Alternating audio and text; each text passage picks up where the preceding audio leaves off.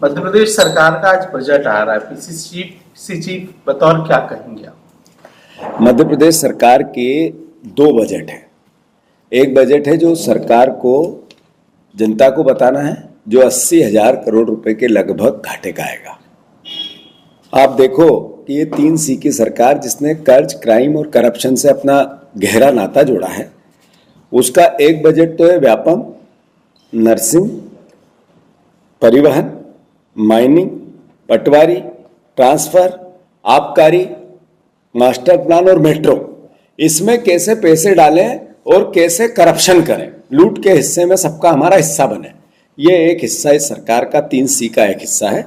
दूसरी तरफ जैसा मैंने पहले भी कहा कि 3,79,000 करोड़ रुपए के कर्जे में है हमारी सरकार। 45,000 करोड़ रुपया हर वर्ष आपको सिर्फ देनदारियां देनी होती थी, ब्याज और आपकी देनदारियां।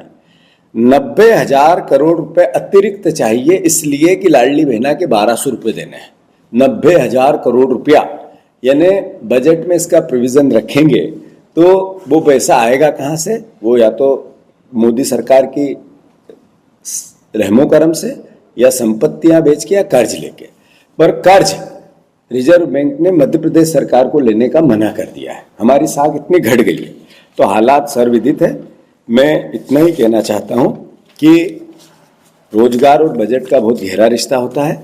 37,000 पंजीयन थे पिछले साल 2023-24 में, जो 37 लाख पंजीयन में से 2 लाख लोगों को रोजगार मिले, सरकार का उत्तर है, वो भी प्राइवेट सेक्टर से, सरकारी एक भी नहीं मिला।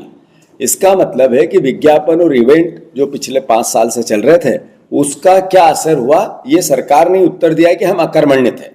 अब चूंकि 10 लाख पंजीयन ही समाप्त हो गए, बच्चे कहाँ गए पता ही नहीं, पंजीयनों का जो आधार था वो संख्या घट गई, मतलब ये सरकार फेल हुई रोजगार देने में। तो उस पर फोकस करने के लिए सरकार के बजट की गति क्या होनी चाहिए, ये मोहन सरकार कितना करेगी, ये बजट आने के बाद पता चलेगा।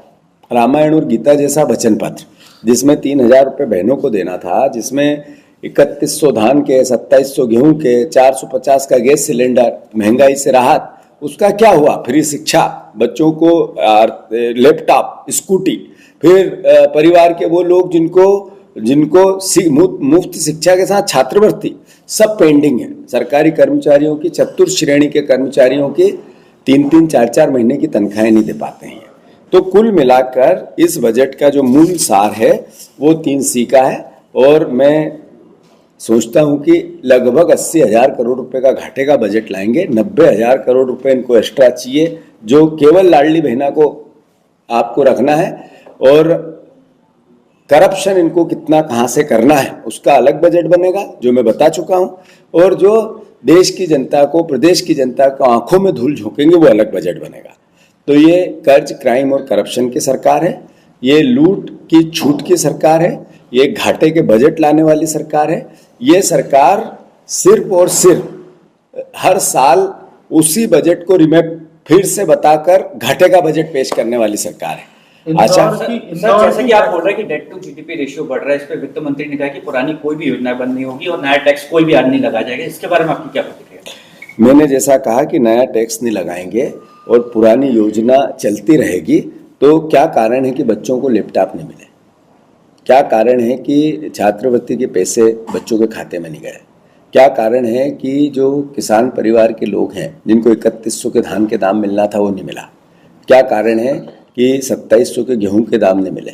3,000 बहनों को कहा था 1,200 में क्यों टरकाया जा रहा है? वोट तो 3,000 के नाम पे लिए थे। 450 के गैस सिलेंडर का क्या हुआ?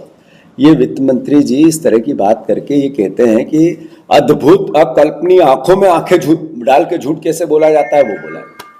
इंदौर की घटना होती, 5 एक्सपायर करते हैं बच्चे। बजट जो होता है उसका रिश्ता होता है रोजगार से, लोगों के सुख सुविधा से, लोगों की भूख से।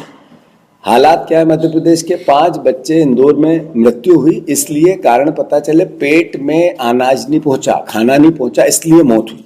अलीराजपुर में गरीबी के कारण एक पिता ने उसकी पत्नी को, उसकी 9 साल के बच्चे को, उसके 7 साल की बच्ची को और 3 साल के 4 साल के बच्चे को, सबको मौत के घाट उतार दिया, आत्महत्या कर ली। क्या था कारण? गरीबी। यानी इस सरकार का असली चेहरा, इस बजट का असली चेहरा, रोजगार नहीं है, रोजगार एक भी नहीं दिया, किसानों को वचन पत्र पूरा नहीं किया, बच्चे भूख से इंदौर में मर रहे हैं, माता पिता आत्महत्या कर रहे हैं अलीराजपुर में, हालात और किसान कर्जदार है अद्भुत अकल्पनीय। तो इस बजट का मूल सार है। हाथरस में जो घटना घटी बड़ी पूरे देश को उद्वेलित करने वाली घटना है। पूरे मृतक हैं उनको तो श्रद्धांजलि है ही, पर परिवार को भी संबल मिले इसकी हम मनोकामना करते हैं, ईश्वर से प्रार्थना करते हैं। पर अल्टीमेटली इतना बड़ा कांड, 130 लोगों की मौत का कौन जिम्मेवार है, ये प्रश्न तो बनता है। तो 130 लोगों की मौत का जिम्मेवार सिर्फ